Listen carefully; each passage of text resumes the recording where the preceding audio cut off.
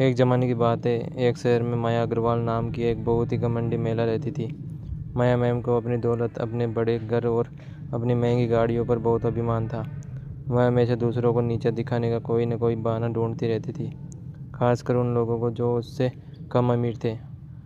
माया ma'am की सबसे पसंदीदा चीज़ थी हर रविवार को बाजार जाना और चीज़ें खरीदते हुए लोगों पर रौब झाड़ना।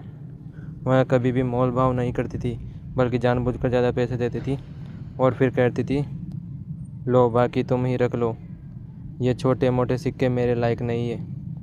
एक दिन वह सब्जी मंडी में घूम रही थी। वहाँ एक बूढ़ी महिला रामकली देवी अपनी छोटी सी दुकान पर नींबू बेच रही थी।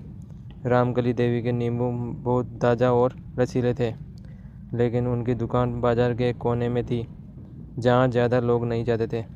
माया मैम ने रामकली देवी को दुकान देखी। उनके मन में आया कि क्यों न इस गरीब महिला को थोड़ा मजाक का पात्र बनाया जाए। अरे ओ बुढ़िया, क्या बेच रही है? माया मैम ने अपनी नाक सिकुड़ते हुए कहा। रामकली देवी ने मुस्कुराते हुए कहा, नींबू बेटी, एकदम ताज़े और रस भरे। माया मैम ने एक नींबू उठाया, उसे ध्यान से देखा और फिर ज़ोर से हंस पड़ी। हा हा हा हा, ये क्या है? इतने छोटे और मुरझाए हुए नींबू, और तू इन्हें बेच भी रही है। लगता है तूने इन्हीं किसी पेड़ से नहीं बल्कि किसी कचरे से ढेर से उठाया है। रामकली देवी कुछ नहीं बोली, बस मुस्कुराती रही। माया मैम ने फिर कहा, कितने का है तेरा ये सड़ा हुआ नींबू? 1 रुपये का एक। रामकली देवी ने विनम्रता से कहा, 1 रुपये का है? अरे वाह, मैं तो सोच रही थी कि तू मुझे मुफ्त में भी देगी तो मैं न लूँ।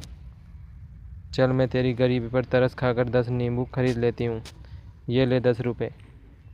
लेकिन याद रखना, मैं ये सिर्फ तुझ पर एहसान कर रही हूँ। माया मैम ने अपने साड़ी का पल्लू झटकते हुए कहा।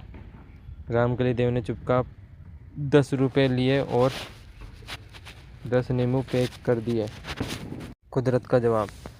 माया मैम उन नींबुओं को लेकर अपने घर लौट आई और उन्हें अपनी फ्रिज में सबसे पीछे फेंक दिया। उन्हें लगा कि उन्होंने रामकली देवी को खूब सबक सिखाया है। अगले हफ्ते माया मैम के घर पर एक बहुत बड़ी पार्टी थी। उन्होंने अपने रसोइये से कहा, वह मेहमानों के लिए खास लेमन मिंट शिकंजी बनाए।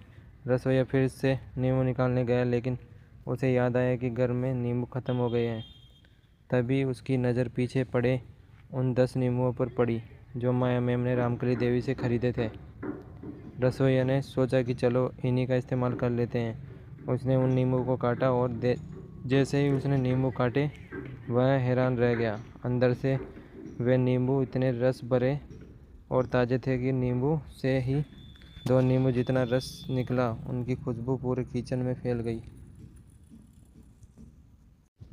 रसोइया ने फ़ौरन माया मैम को बुलाया। मैम, ये नींबू तो कमाल के हैं। इनसे जो शिकंजी बनी है उसका स्वाद अद्भुत है। मुझे नहीं पता आपके कहाँ से खरीदे, लेकिन ऐसे नींबू मैंने आज तक नहीं देखे। माया मैम ने शिकंजी का एक घूंट पिया। वाकई उसका स्वाद लाजवाब था। उन्हें अचानक रामकली देवी की याद आई। उन्होंने जिन नींबुओं का मजाक उड़ाया था, वे ही सबसे बेहतरीन निकले। सीख और पश्चाताप। माया मैम अगले दिन फ़ौरन रामकली देवी की दुकान पर गई। रामकली देवी हमेशा की तरह मुस्कुरा रही थी। रामकली देवी, माया मैम ने शर्मिंदगी से कहा, मुझे माफ़ कर दो, मैंने तुम्हारे नींबुओं का मजाक उड़ाया। वे वास्तव में सबसे अच्छे नींबू थे।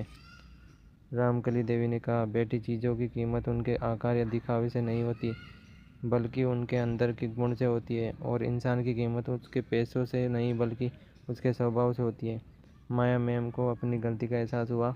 उन्होंने उस दिन रामकली देवी से ढेर सारे नींबू खरीदे और पूरे पैसे दिए। उस दिन के बाद माया मैम थोड़ी बदल गई। उन्होंने समझा कि सच्चा अभिमान किसी की दौलत में नहीं बल्कि उसके अच्छे व्यवहार और विनम्रता में होता है। अगर यह कहानी आपको पसंद आई तो प्लीज़ लाइक, सब्सक्राइब, शेयर अवश्य करें। धन्यवाद।